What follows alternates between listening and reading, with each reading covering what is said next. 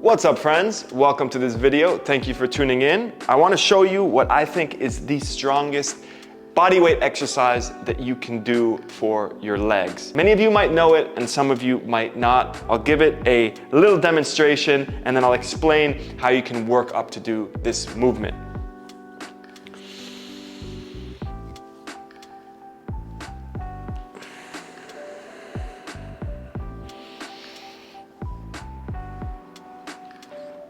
So that is none other than the pistol squat, or simply a one-legged squat. Now, what makes this exercise so difficult is that it requires three things. It requires strength, so strength in the leg. It requires mobility in the hip, mobility in the ankle, as well as the knee.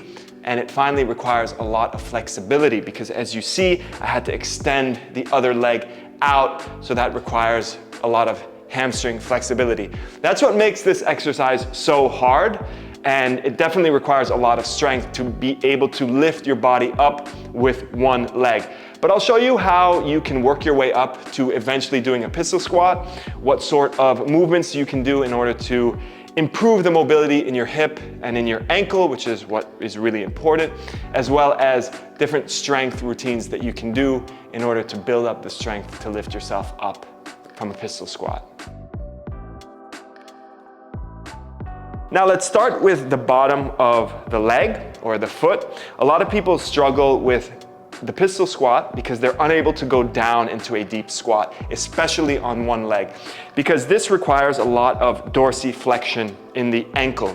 So your ankle can flex plantar, so the toes pointing out, or dorsi, where the toes are pointing up towards the knee. Now, most people don't have a problem with this, but most people do have a problem dorsiflexing the ankle.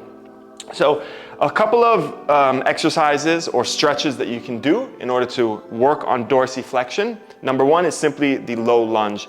So you bring your heel a little bit under the knee, maybe even a bit behind the knee, and then you simply move forward from a low lunge. You can keep that toe either tucked or untucked, the toes, the back toes, and you simply start to move forward into that knee to really bring the knee over the toes and work on that ankle flexibility. You'll feel this in the back of your ankle, you'll feel this in the Achilles, and you simply hold this and do this a few times, kind of maybe making it a dynamic stretch, holding. And this will definitely help you to get more mobility in your ankle. And then obviously you do that on the other side. Another thing you can do is simply come into a downward dog. So a downward dog movement, having your legs as straight as possible and then reaching the heels down towards the mat.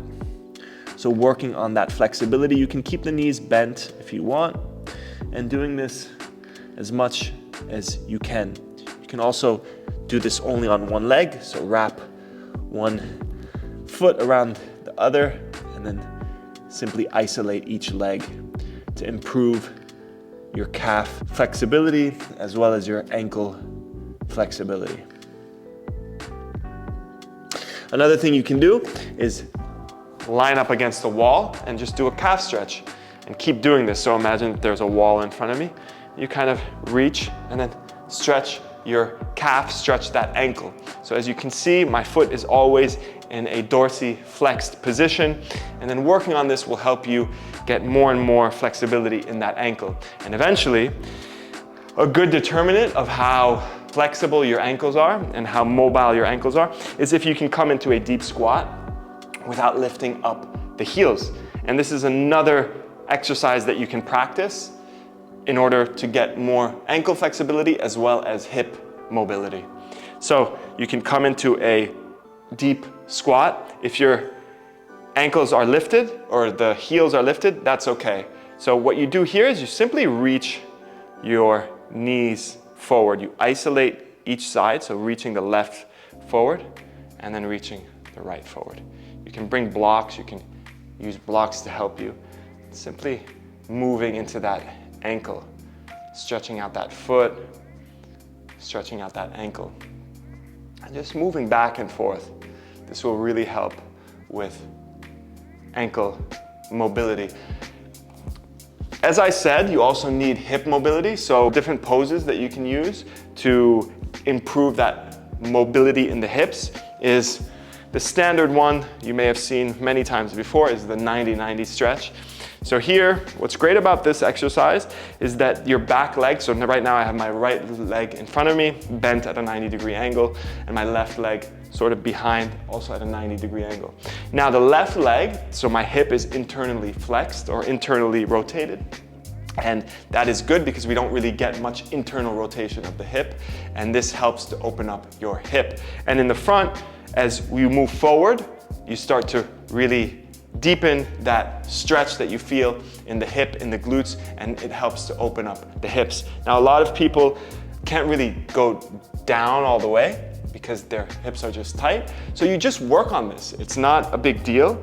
You have to simply practice and simply do this almost every day in order to deepen your flexibility and get more and more open in your hips. So if you're starting out here, that's fine.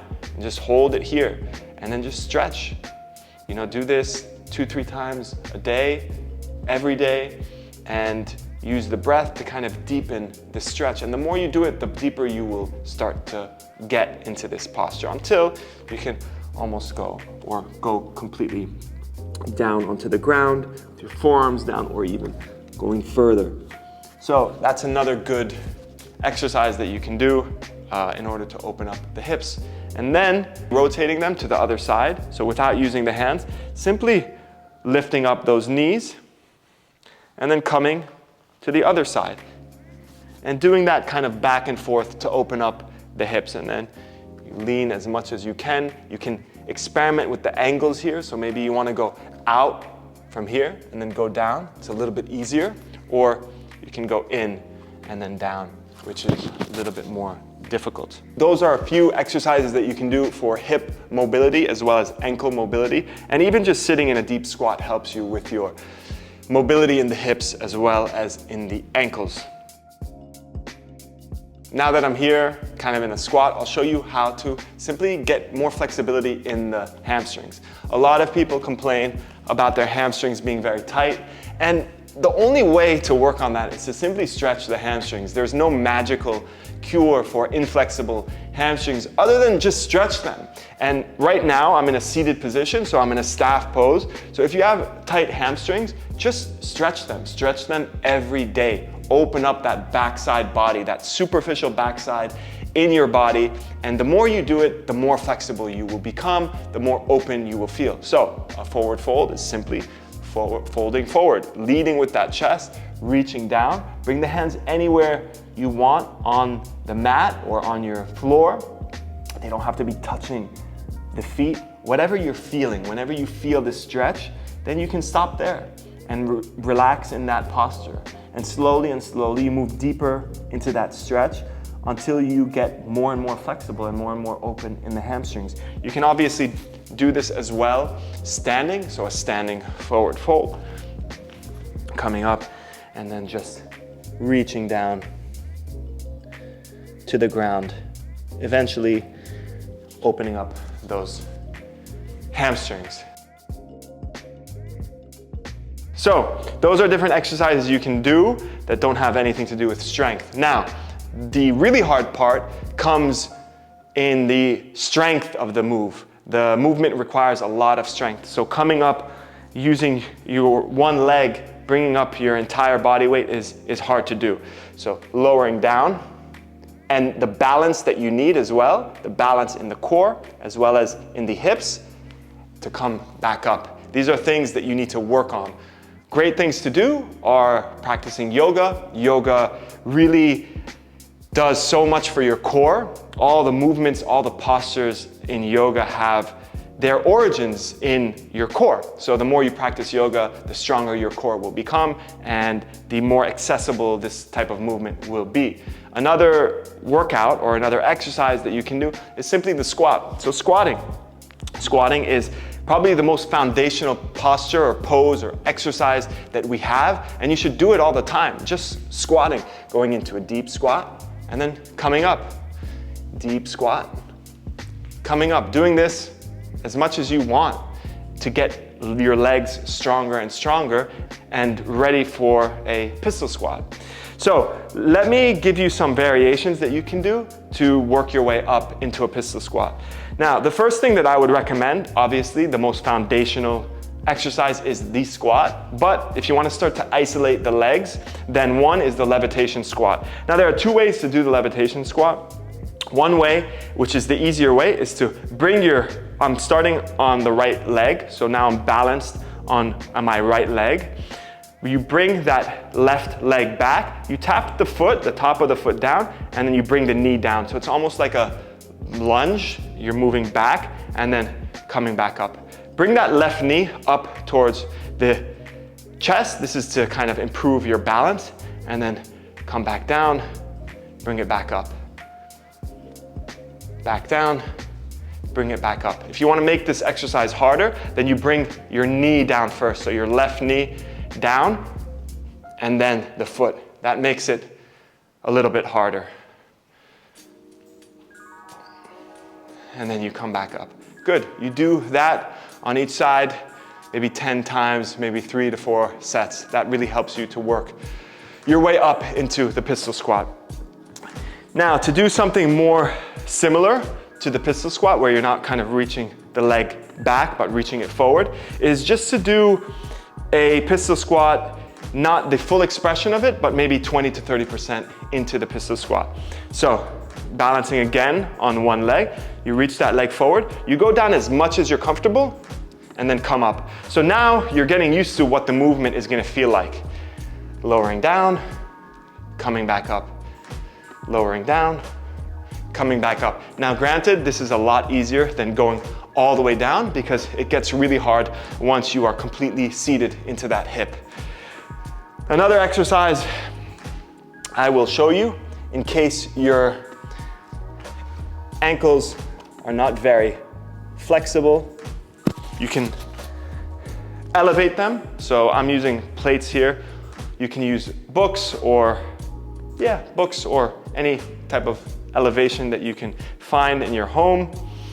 And you simply elevate the heel. This is to help you if you don't have much dorsiflexion in the ankle. And then from here, you kind of lower down and then come back up. Now this is a little bit easier because your ankle isn't flexing its full dorsiflexion, which is quite difficult for a lot of people. Another thing you can do is you can simply use aid, so help yourself in this pistol squat. And I think this is one of the better movements to use or to practice before you get to the pistol squat, because number one, you're helping yourself up, and number two, you're giving yourself balance. So I'll use this squat rack. I have a squat rack here. You can use a wall, you can use anything that's hanging that's steady that you can grab onto to help yourself up, to kind of pull yourself up. So I'm holding onto it. I have balance now. So I lower and then I just come back up and help myself by pulling up. And then you can kind of vary how much help you want, a lot or a little, by kind of the amount of pull that you use. So that's it. Those are a few exercises that you can practice for mobility in the hips and the ankles, and for strength in the leg as well, to finally work your way up into a pistol squat, which is a really good exercise. I try and incorporate it into my workout around 2 or 3 times a week. I don't do many. I do probably 10 to 25 repetitions for each leg, maybe 2 or 3 times a week, but it really gets my legs extremely, extremely strong. Now, I need to give a few warnings. If you have issues with your knees, then definitely the pistol squat is not an exercise you should be doing, because it does put a tremendous amount of pressure on your knees.